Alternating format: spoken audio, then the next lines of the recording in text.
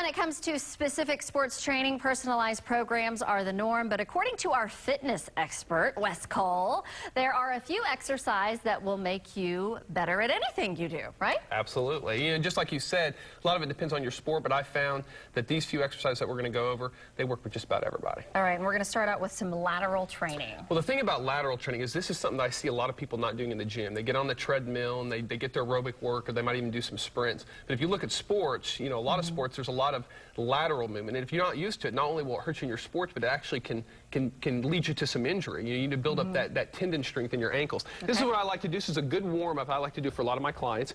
It's just a little lateral hop. Moving to the side, it gets your nervous system prepared for moving sideways. It builds a little tendon and ligament strength. It really kind of gets you used to moving laterally. Thank you, Beth. That's very good. But you know, but even if you're a long-distance runner, you know, moving out of an obstacle or something, if you're not used to moving to the side, that's what happens to a lot of people. They twist their ankles, so you need to be prepared for it. All right, what's rotational training? Well, rotational training is another thing that's very, very sport specific. So the thing about it is you have to twist. You need to kind of simulate that in the gym. Beth, come on out here. She's going to demonstrate one of my favorite rotational exercises called a wood chop.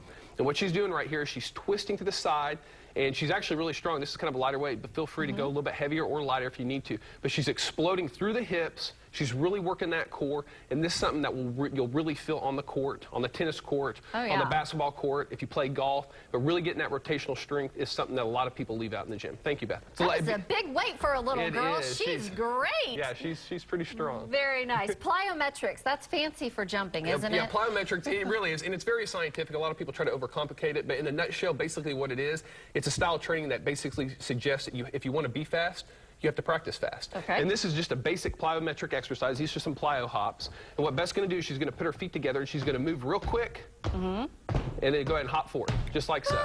And then doing that a couple of reps. There we go. Excellent, Beth. Thank you.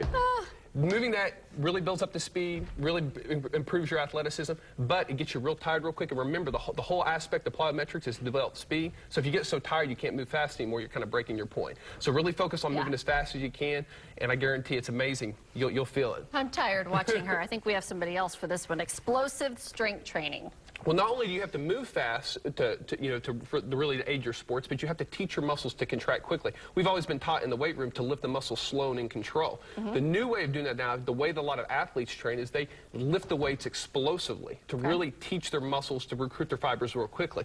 You don't have to use weights to do this because it's kind of advanced. But what Kyle's going to do right here, one of the best, easiest ways to try to introduce yourself to explosive training is a push-up, a fast push-up. Yeah, right. Just like that. Hey, I know you can do it. I know you can do it. But right here, just like that. Thank you, Kyle. About 30 more. Okay.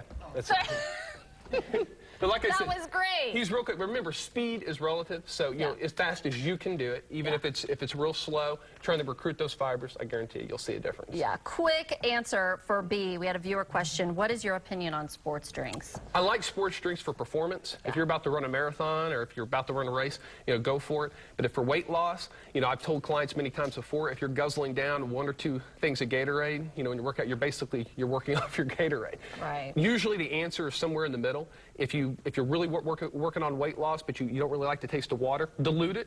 That's what a lot of the professional athletes do. So that way you kind of flavors your water a little bit, but you don't get all the sugar and all the calories. Count. So. Thank you, Wes Cole. And if you'd like a question, if you'd like Wes to answer a question of yours, by the way, go to the weekend morning section of KJRH.com. Click on habitual health or call Wes. He's at 918-749-0960. His gym is on 46th east of Sheridan. Thank you, Wes. Over to you, George.